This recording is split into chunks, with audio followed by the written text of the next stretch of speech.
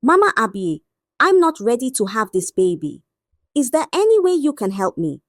Mama Abie looked at Nana with kind but serious eyes. My dear, it's too late to get rid of the baby safely. It could be very dangerous for you. Nana's heart sank. She didn't know what to do. But then, Mama Abie said something that surprised her. If you don't want the baby, you can sell it after it's born. There are people who would pay a lot of money for a healthy child. Once upon a time, in a village far away, there lived a girl named Nana. Nana was very beautiful, with a kind heart that made everyone love her. She was always helpful and sweet, making people smile wherever she went. Nana's father was a poor farmer. He worked hard every day in the fields, trying to grow enough food for his family. Nana's mother was a trader. She sold little things in the market, doing her best to make sure they had what they needed. Even though they didn't have much, Nana's family was happy. They loved each other very much. Nana had a few close friends.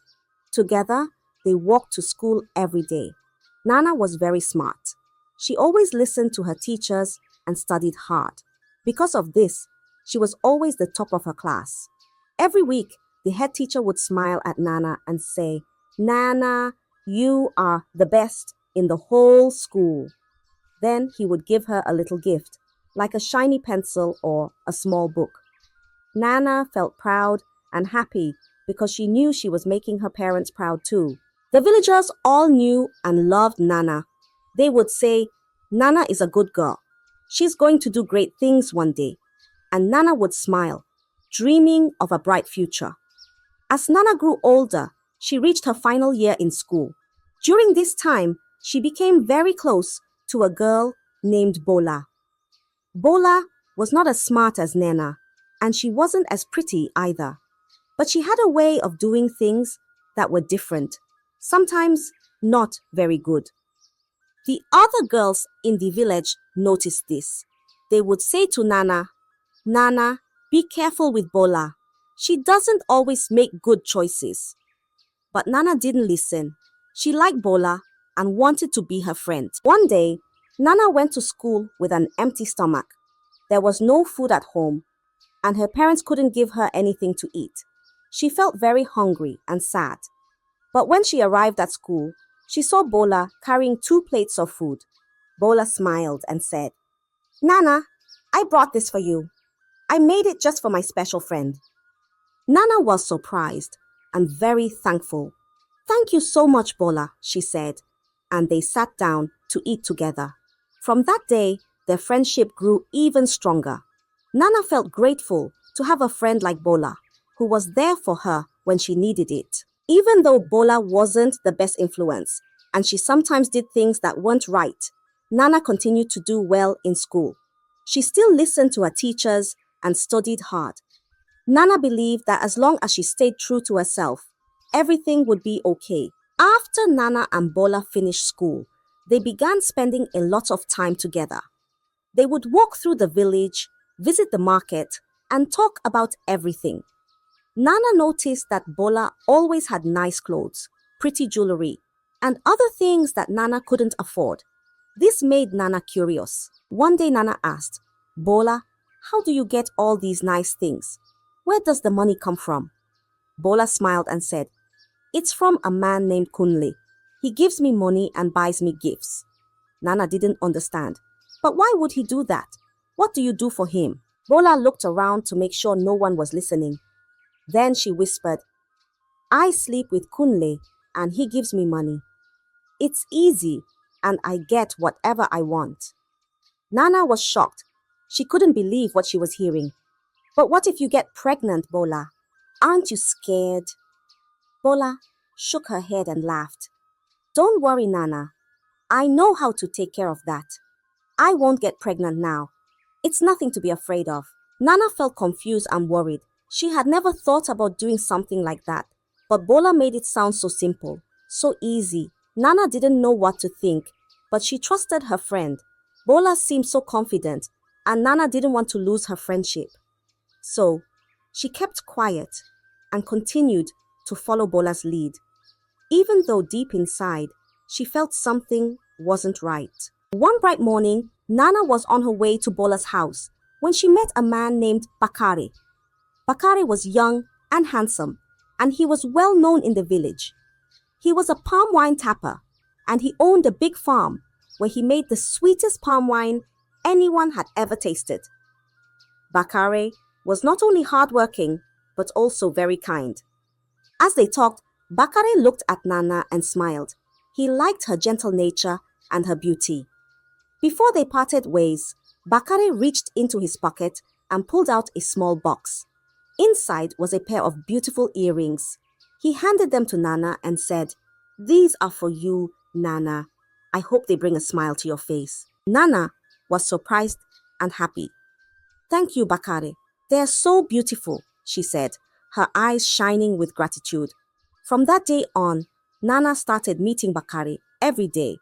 They would talk, laugh, and sometimes walk together to his farm. Bakare always made Nana feel special, and she began to look forward to their time together.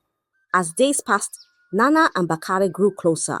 One day, in a quiet moment, they ended up sleeping together. Nana felt a mix of emotions. She liked Bakare very much, but she also felt unsure about what they had done. While this was happening, Nana's parents were busy planning her future. They wanted her to learn a skill that would help her in life, so they decided to send her to another village called Biliku.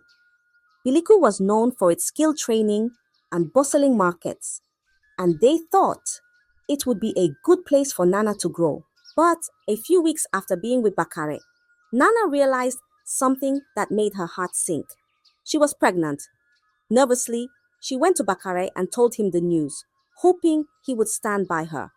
But instead, Bakare shook his head and said, "No, Nana, I'm not responsible for that. It's not my child." His words were cold and he turned away from her. Nana felt crushed and alone. The man she thought cared for her had rejected her in her time of need. Now, with a baby on the way, she didn't know what to do. After being rejected by Bakare, Nana felt lost and scared. Her parents, not knowing about her troubles, sent her off to Biliku village to learn a trade. They wanted her to have a skill that would help her in life. Biliku was a big village, famous for its skill training and busy markets. People came from far and wide to learn and trade there. As Nana left her parents' house, she felt a mix of emotions. She was excited about learning something new, but she was also very scared about what was happening with her baby. When she arrived in Biliku, she stayed with a distant aunt who lived near the market. The aunt was kind and welcomed Nana into her home, but Nana couldn't stop thinking about the baby growing inside her. She didn't want to have it. She didn't know how she could take care of a baby all by herself. So, she decided to visit a midwife in the village. This midwife was known as Mama Abiye, and she was the one people went to when they needed help with their pregnancies. Nana went to Mama Abiye and explained her situation. "Mama Abiye, I'm not ready to have this baby. Is there any way you can help me?" Mama Abiye looked at Nana with kind but serious eyes. "My dear, it's too late to get rid of the baby safely. It could be very dangerous for you." Nana's heart sank. She didn't know what to do. But then, Mama Abiye said something that surprised her. "If you don't want the baby, you can sell it after it's born. There are people who would pay a lot of money for a healthy child." Nana was shocked at first. Sell the baby? But as she thought about it, a new feeling came over her. She could make money from this. Maybe this was a way to solve her problems. She wouldn't have to take care of the baby, and she would have money to live on. Nana looked at Mama Abiye and nodded.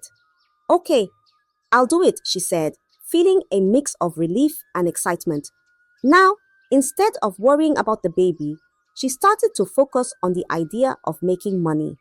Nana's thoughts were no longer on learning a trade, but on having her baby so she could sell it. She didn't feel the usual excitement or worry that other mothers might feel. Instead, she was focused on the idea of making money.